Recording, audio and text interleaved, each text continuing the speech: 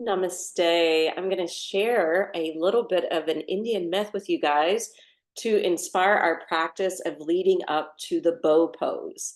The bow pose is something called Urdhva Dhanurasana or Chakrasana, depending on the lineage. So it's either upward bow or wheel pose. So I'm going to tell you a little story that involves the bow.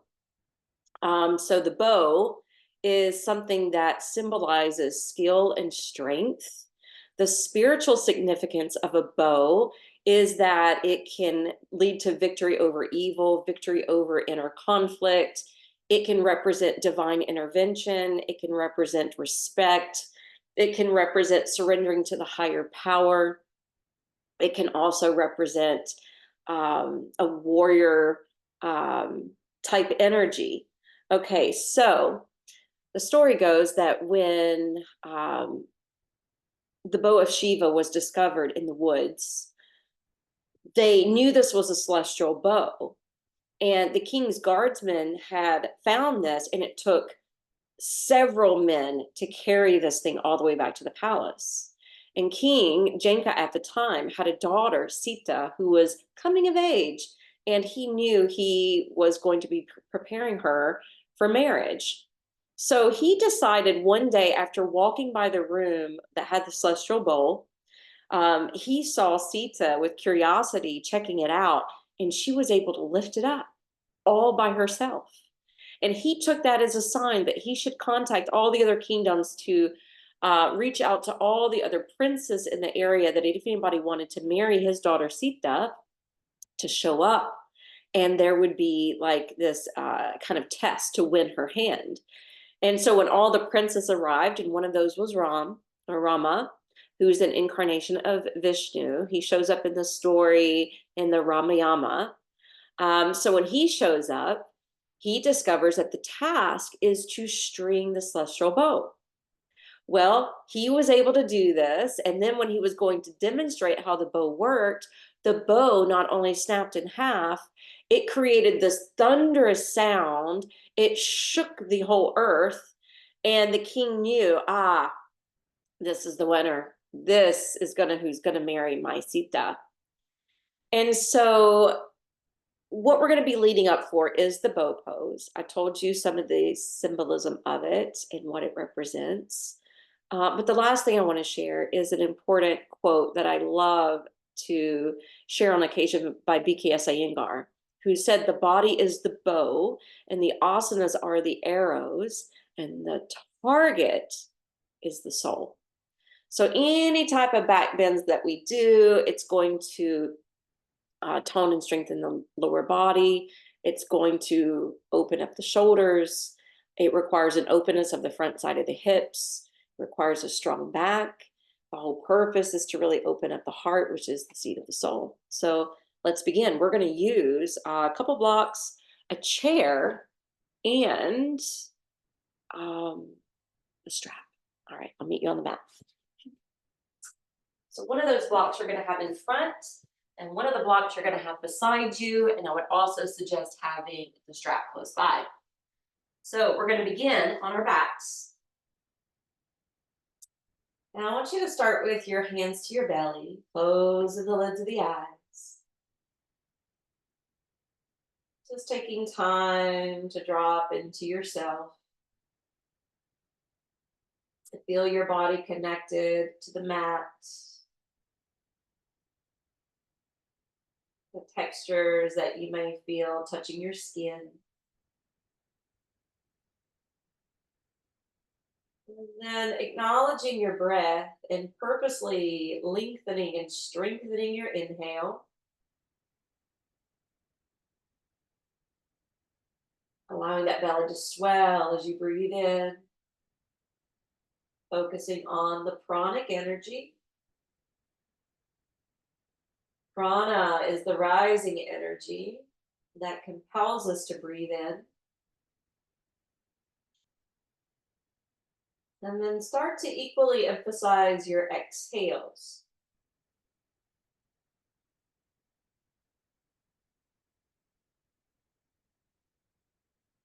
Knowing that the exhales offer us that state of surrender, that State of surrender to the higher power is one of the spiritual significance of the bow. The exhales focus on the apana energy, which is the downward pull or grounding line. What compels us to breathe out? Now we're going to begin our practice with the two-legged table. It's a little bit different than the bridge pose, but similar. So being stationed on your back with your ankles aligned underneath your knees, your toes pointed straight ahead, walk your arms down towards your feet so that the shoulders are creating more space between them and the ears. Your palms are face down on your mat beside you, and then you're pressing through your arms and hands and feet to tuck the tailbone to lift thighs, hips, abdomen, chest. Now, we're staying on the upper back. We're staying on the upper arms. I don't want you to turn your head, but know in this situation, in this particular positioning, it's safer to turn the head, even though I would like you to keep it still. Now, your thighs are internally rotating, squeezing in towards one another. Your knees are narrowing. Your glutes are firming up. Hold for one last breath here. And then we're not exiting out. What we're going to do is switch up what we're doing. So the first thing I want you to do is sail the arms up overhead. Keep the arms tracking beside the ears, but then see if you can tuck and lift the pelvis up a little higher, but root down through the mound of the big toes. And then as you exhale, start to roll down one vertebra at a time, letting your hands and sacrum touch simultaneously. And then inhale, arms are going to spin overhead as you bridge back up. And then exhaling, coming back down. All right, so I want you to feel this engagement in your hamstrings, the shortening, the contraction that allows the hamstrings to strengthen. Same thing occurring in the glutes and some of the muscles in your back helping you to rise. And then you let all that go when you breathe out. All right, this time when you circle the arms up overhead, you're going to keep the glutes squeezing, but you're going to bring your arms down beside you. And then from here, you're going to, again, reach the fingertips towards the ankles. They may even potentially touch. And then see if you can rock the shoulders up underneath the body, providing a little bit more of a platform where you're no longer flat on your upper back. You feel your shoulders touching, but that midsection is lifting up. Your chest is puffing towards your chin. Now we're in more of that bridge positioning. This is where you want to keep your head perfectly still because there's nerve endings coming down through the back of the neck.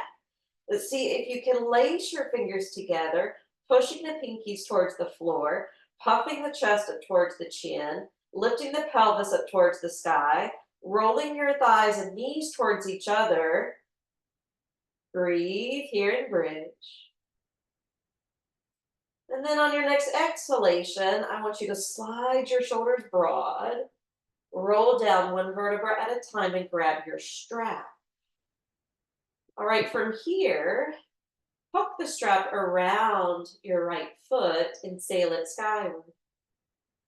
Hold here, Padangusthasana A, supine position, and extend your left leg out in front of you.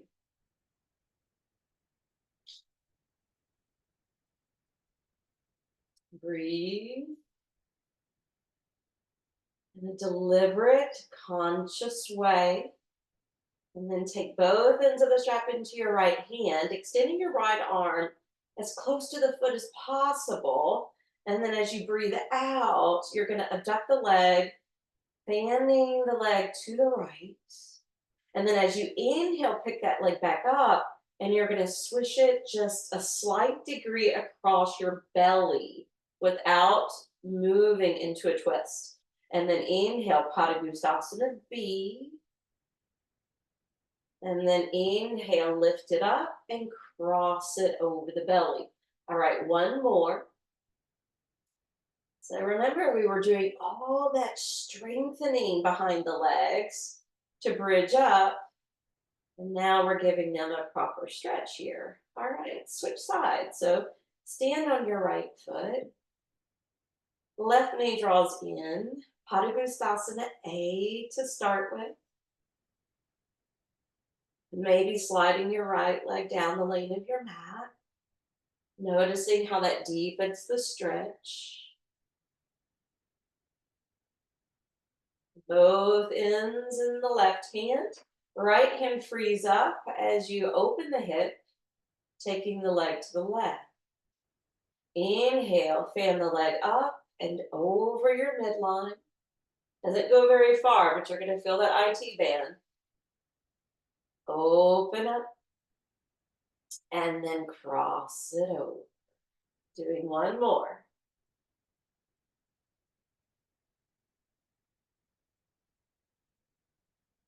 Bringing it back, bending the knee, land the foot. Drive your right foot back, find your block beside you, tuck and lift. And when you bridge up, see if it's possible to rest on the mid-size of the block, or if you can tuck and lift to the tallest version of the block. And then from here, in supported bridge, lift your left foot. Extend the leg overhead. Point, plantar flexion of the foot. And now dorsiflexion, flexing the ankle. Inhale, points. Exhale, flex. Inhale, point. Exhale, flex. And then lower the leg all the way down till it taps the ground. Only stay here if your low back allows. Half bridge on the right side, a full bridge on the left side. Feel the back bend. Part of our preparation for that peak pose. Walk the left foot back and extend your right leg skyward. Point the foot, plantar flexion. Flex the ankle, dorsiflexion. Pointing on the inhale. Flexing on the exhale. And on the third, after you point and pause, flex and lower the leg. Rest the heel. Soften into the position. Half bridge on the left and full expression on the right. Walk the right foot back. Tuck and lift away from the block. Move it out from underneath. Roll it down to the ground. And hug your knees in. All right. Roll to one side. Come on up. We'll do a little cat-cow. So when you spin and you stack your arm bones and joints, and you stack your knees below the hips, neck in line with the spine, looking slightly down, pushing down through the top portions of the feet, feeling the belly pick up. All right, from this strong, stable tabletop, we're gonna let the engagement of the feet and belly go so it can drop and melt and your heart and chin lift. From Bithalasana, on the inhale, reverse the flexion and move to Mayurasana, cat stretch. Tailbone tucking, belly hugging in, heart lifting towards the shoulder blades towards the clouds, chin to the chest. And then inhale, cow. Exhale, cat. Inhale to cow. Exhale to cat stretch. All right, now flatten the back, hands step forward, curls toes. to lift the knees off the floor to downward facing dog. Rooting into the mounds of your hands to take the weight off your wrist, but plugging the hands so deeply into your mat that you can't stretch your arms anymore. And you even feel that stretch coming into the pit of the arms. Continue to hug the belly in. Continue to fly your seat up, up, and away. One more deep breath as you gaze towards that space between the feet. And then from Adho Mukha Svanasana, walking, stepping the feet forward to the top of the mat. When you arrive, straighten your legs, fold in half. Magnetize yourself lower. Because with our back bends, you get some compression in the low back. Savor the fact that here we're decompressing the low back, opening up more space. And whereas forward folds are calming and cooling, back bends are recharging and energizing.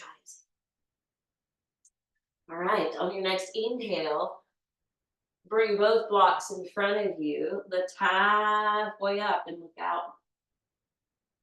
From Ardha Uttanasana, then pressurize the feet, sweep the arms to your sides and up overhead. Now pause here for a moment with your chin parallel to the floor. And then what I want you to start to notice is this midsection in your back moving toward that space between your shoulders. As you extend the arms up, up, up, place your palms together overhead. Bring your head back to look up towards your hands, Hasta Drishti. And then lower the chin as you drop your thumbs to your upper back. Good. Now keep your thigh bones back, like Tadasana. Roll your upper arms in towards your ears. Puff up through your base ribs. Lean your head back into your hand. Breathe. Inhale, lift the fingertips up. Exhale, come on down. Uttanasana. Inhale, halfway lift. Out, drop back in. Walk the blocks back alongside your feet. Step back with your left foot. Lunge that right knee, making sure it doesn't surpass the ankle. And then we're going to sink the back knee for a moment. Untuck the back foot. All right, from here, push through your right foot so that your inner thighs start to scissor together, pulling up to the pelvic floor, lifting the arms up to frame the face, an active Anjaneyasana. And then as you exhale, cactus your arms, hang down into your hips, open your heart and look up. And then inhale, activate the lower body, build and straighten the upper body. Exhale, sink down, open hips, open heart. Inhale, one more, Anjaneyasana. Exhale, bring it on down. Inhale, climb back up again, vertical erect spine, but then bring the hands in front of you, curl the fingers in, draw back the bow with your left hand, take the thumb to the crown, and move into this variation of archer's pose. Spinning to the right, looking past your right thumb or at the thumbnail, imagining that's your target. But imagine you have a celestial Cupid type bow, like divine intervention, victory over evil or inner concerns,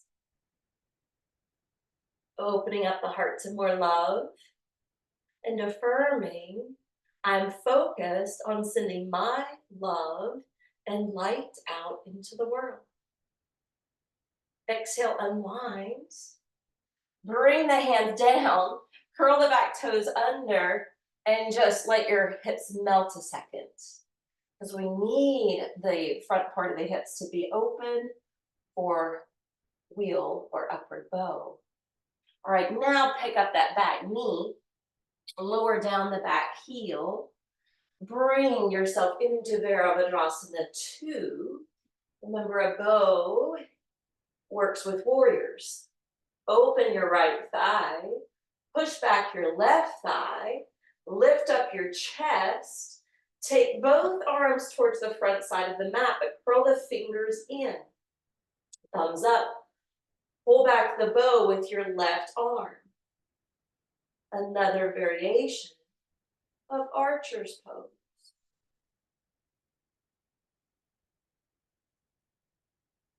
Exhale, bring the hands down, spin off your back heel, lower that knee. When you're ready, lose the blocks a moment. Plant your hands, step back to plank. And when your feet step back, shoulders should not be behind your wrist, hips in the air. Shoulders should be over wrist, hips down. Rock forward, lower down, Chaturanga Dandasana. Inhale to upward facing dog. And this is about flexibility with the spine. Exhale, curl your toes. Roll back over the feet. Downward facing dog. Root your index finger and your thumbs a little extra. Press through the balls of the feet a little more. Shine up through your sits bones. And now walk the feet forward and up. Grab the blocks, set them in front of the feet. Lengthen out through the vertebrae, Ardha Uttanasana. Exhale, close back into self. Inhale, rooted feet all the way up. Chin parallel to the floor, thighs roll in and back. And then lean your head back, hands together. Keep your thigh bones back. As your chin comes down, your thumbs come to the upper back. Roll the arms in towards your face. Puff up through your chest. Face, ribs rising. Breathing in and out through the nose. Then lift the fingertips up. Exhale, fold. Uttanasana. Inhale, lift up, grab those blocks. Exhale, bring the blocks alongside the feet. Step back with your right foot. Lunge into that front knee. Sink your back knee. Untuck your back toes. Pushing through the front foot, drawing up through the pelvic floor, in and up through the navel, arms framing the face. Exhale, melt down with the hips, cactus the arms, open chest, open throat. Inhale, pulling upright. Exhale, release. One more inhale, coming up. Exhale, drop in. Inhale, re-erect the spine. Exhale, arms in front of the chest. Curl the fingers in. Pull back the bow with your right. Thumb to the crown. Twist, rotate left. Find your edge of flexibility in the twist.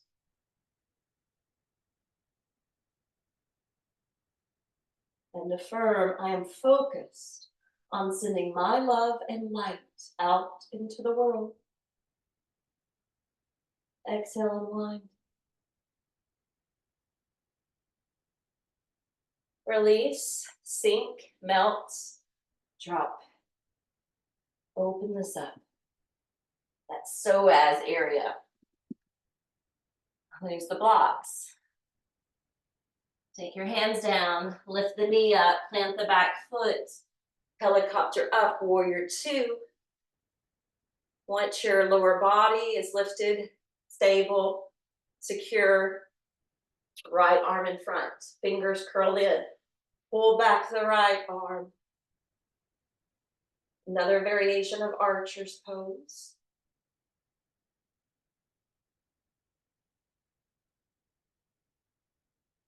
Bring the hands down, spin off the back heel.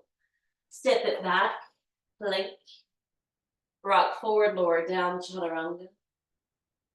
Inhale to up dog. Exhale to down dog.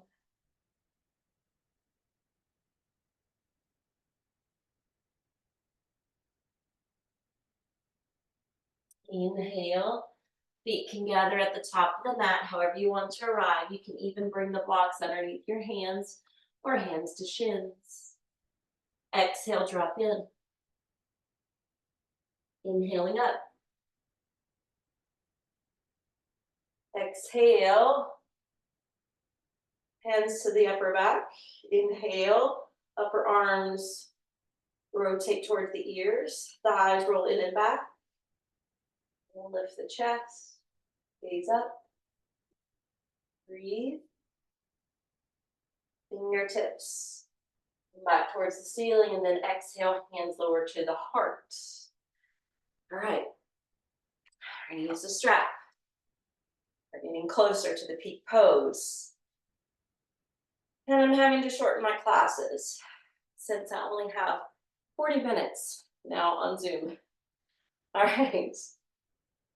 Feet hip distance apart, square and even. Hands just a little wider than the hips or a little wider than the shoulders. And bring it up. Exhale, bring the strap just behind your back. And then from here, we are going to shift the thighs, hips forward. We're going to lift the base ribs. We're going to lean the head back as the arms lift and roll back, lift and roll back, lift and roll back, lift and roll back. Like a standing form of Urdhva Dhanurasana or Chakrasana in a way. Then come up and release. All right, one more. All right, my strap is in a loop and I need it to be longer. We want the hands about this wide. And then we bring it up. And then notice how I'm getting stuck here. You can still see my strap, yes? I want you to try to hide that strap like I'm hiding it now behind my arms and upper back. You can see the tendrils hanging down from the hands. The strap is just behind me here. I'll do a little spin so you can see. Opening up a lot of connective tissue here. That will be helpful in the back bend. All right, now bring the arms up and release. Okay, we're going to go for it. We're going to try a couple different ways to do wheel pose. One way is to come back on the floor the way we started. I'm going to get my hair away from my shoulders. Suggest you do that too. Your arms are going to come beside you, palms face down. And then we have to engage the hamstrings and glutes and back, two-legged table. But if we're going to go to wheel, we need to bridge up higher, which means now the shoulders can rock under the body. We're coming up to a taller degree. Make sure your feet don't spin out or turn. That's the tendency. Flip your hands over the shoulders. And then notice if your elbows rock out to the sides and your thumbs peel off the floor. You want to make sure your thumbs glue down, and then that's going to drive your elbows up and your arms closer to your ears, similar to what we did when we were standing. All right, when you're ready, take a deep breath. Breathe in, push through your feet and hands, lift up.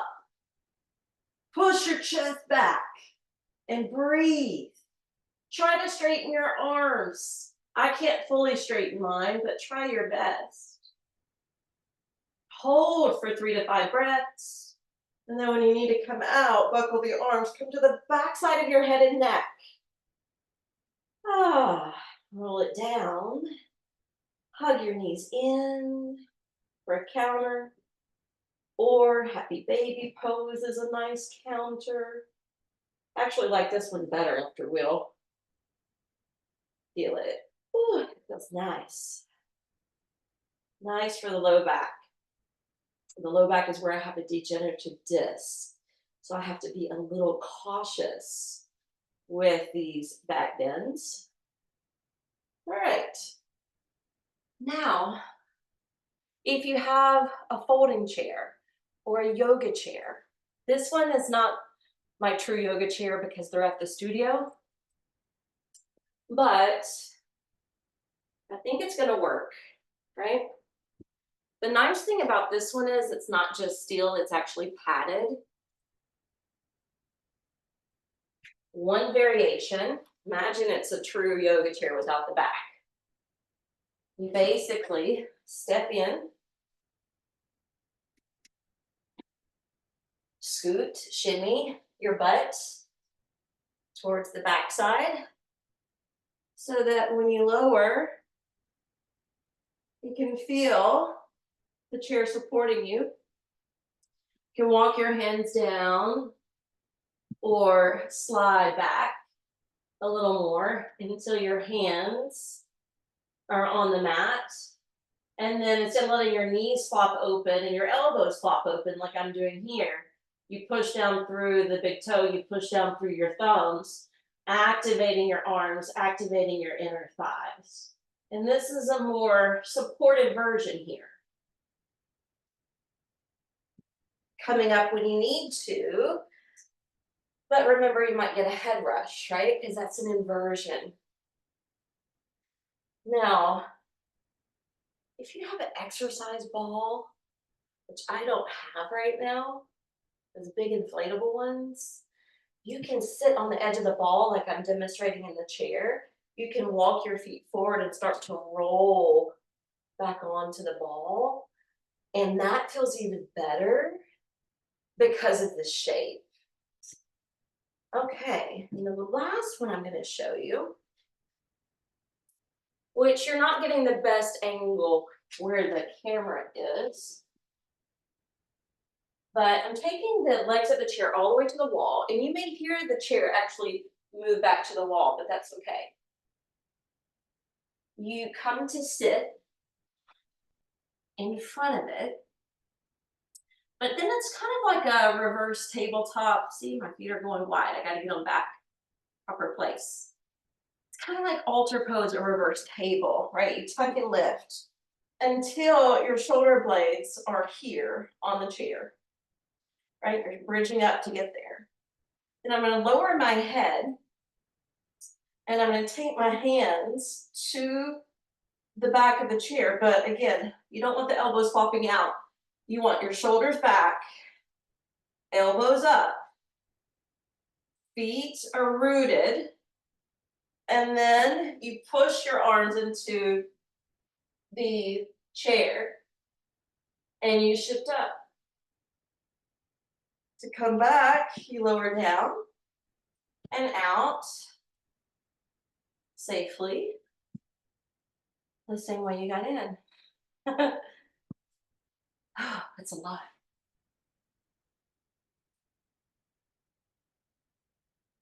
Bow pose. You can even look at the bow representing Arjuna's weapon of choice in the Sri Bhagavad Gita.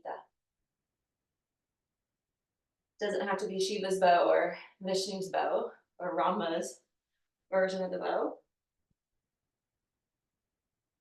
All right, we're going to use that chair. Stack the legs on, because that's going to be a nice counter for your back. Hands are going to rest on your hips or belly. And then we're going to rest and breathe. We're going to disengage the muscles. And you even want to try to disengage from any of your mental thoughts. or emotional feelings. Hopefully by now you've neutralized your system, your mind, your heart. And you can just be in that openness of the heart, the metaphysical heart, the spiritual essence of the heart, the soul. The body is the bow, the asana is the arrows, the target is the soul. Rest and breathe.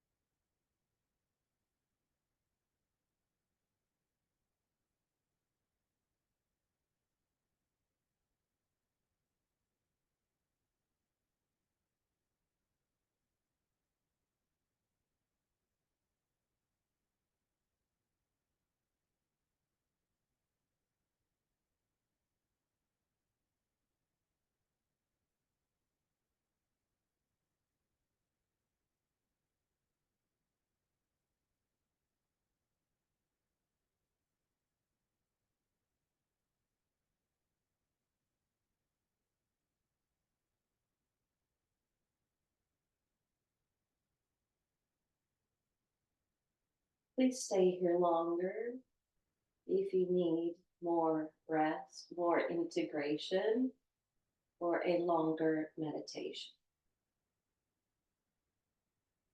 Otherwise, slide your feet towards you, roll away to one side, come up to take a seat.